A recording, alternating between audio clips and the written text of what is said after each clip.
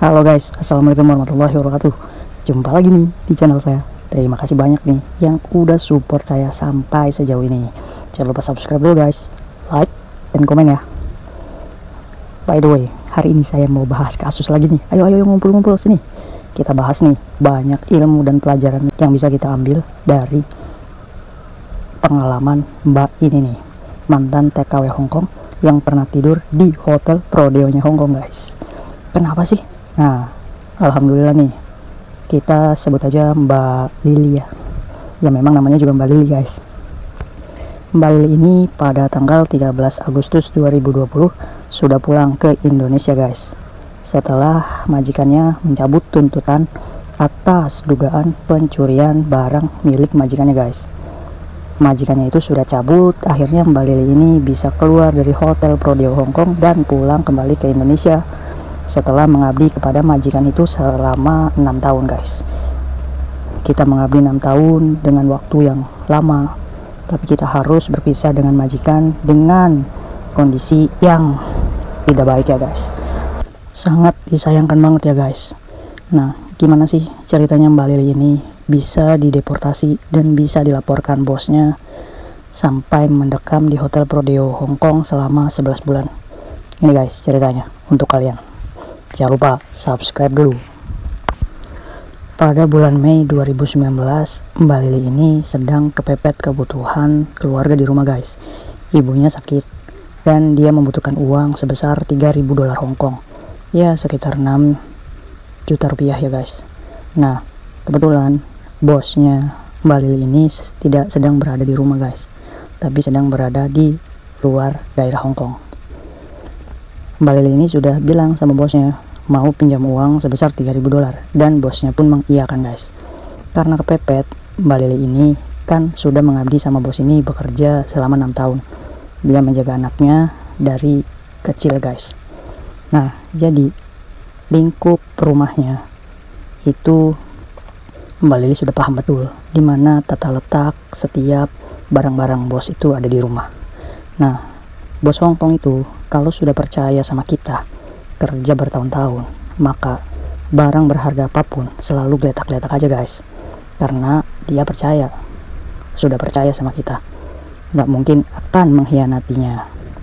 Singkat cerita, gara-gara bosnya ini tidak ada di Hongkong dan Mbak Lili ini urgent ya, cepat harus ada uang pada waktu itu juga. Akhirnya dalam hati Mbak Lili ini dibisiki setan guys.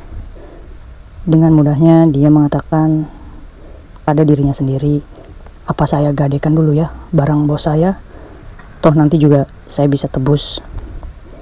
Akhirnya benar juga guys, jam tangan milik bosnya ini yang harganya fantastik, mahal, akhirnya Mbak Lili gadaikan di Pegadaian Hongkong guys. Singkat cerita, sudah digadaikan dan mendapatkan uang gadai sebesar 3.000 dolar Hongkong. Mbak Lili segera mengirim uang itu kepada keluarganya. Perjanjiannya itu 3 bulan itu sebelum 3 bulan harus diperbaharui atau ditebus. Nah, dari pihak Pegadaian ini meminta nomor telepon majikannya karena mungkin Pegadaian itu juga curiga bagaimana mungkin seorang ibaratnya cece kayak kita ini memiliki jam tangan yang bermerek dan harganya luar biasa. Apalagi kalau jam tangan yang bermerek itu pasti dia punya sertifikat ya guys. Kalau nggak punya sertifikat berarti jam itu ilegal. Saya kurang paham sih guys, karena saya belum punya jam semahal itu juga. Tapi yang saya tahu informasinya seperti itu guys. Akhirnya Mbak Lili ini dengan santainya pulang membawa uang gadaiannya itu. Bosnya pulang ke rumah karena jam itu juga jarang dipakai. Jadi nggak tahu tuh kalau jam itu digadaikan oleh Mbak Lili. 3 bulan itu cepat guys, dan sampai 3 bulan lamanya Mbak Lili ini belum menebus jam milik bosnya ini. Nah, sialnya Pegadaian ini tidak seperti Pegadaian emas guys. Biasanya kan setahu saya kalau kita gadai emas kita, kalau kita nggak tebus ya udah hilang emasnya. Salah guys. Kalau barang-barang mewah seperti ini selalu dikonfirmasikan dulu kepada pemiliknya, karena saya balik lagi tadi, Karena kalau barang ini tidak ada sertifikat resminya, maka barang ini adalah ilegal, dan toko pun tidak akan mau menjual barang ilegal seperti itu. Akhirnya menghubungi tuh bosnya Mbak Lili. Malam harinya Mbak Lili ini kaget disidang sama bosnya. Bosnya awalnya pura-pura nggak tahu masalahnya. Akhirnya bosnya ini nanya, jam saya mana ya?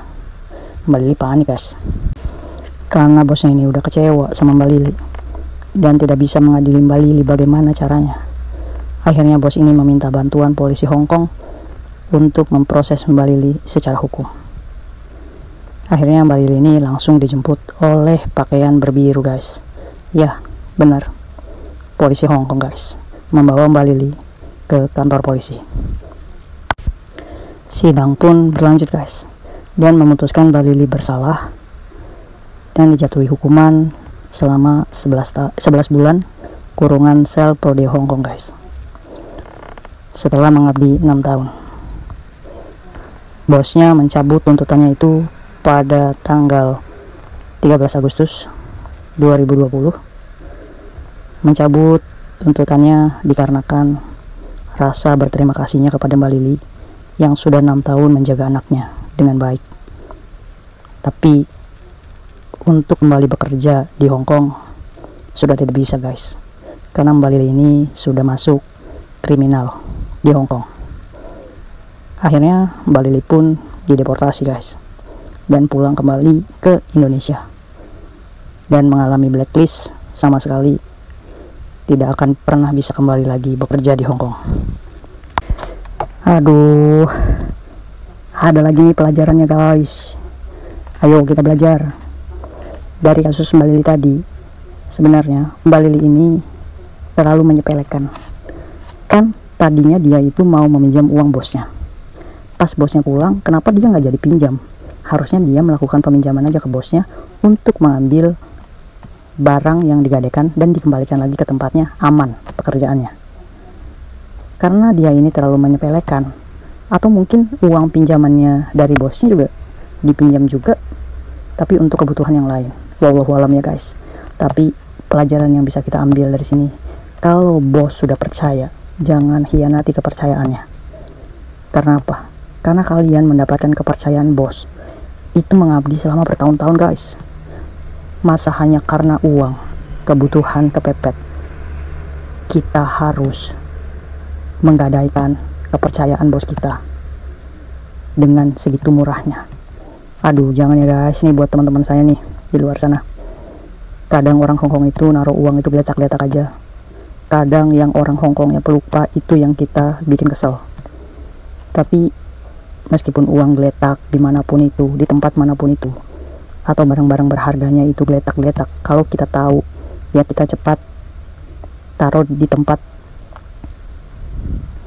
yang biasa dia taruh, atau biarkan saja di situ, dan kalian cepat memberitahu bos kalau dia itu lupa taruh di situ, tolong disimpan baik-baik.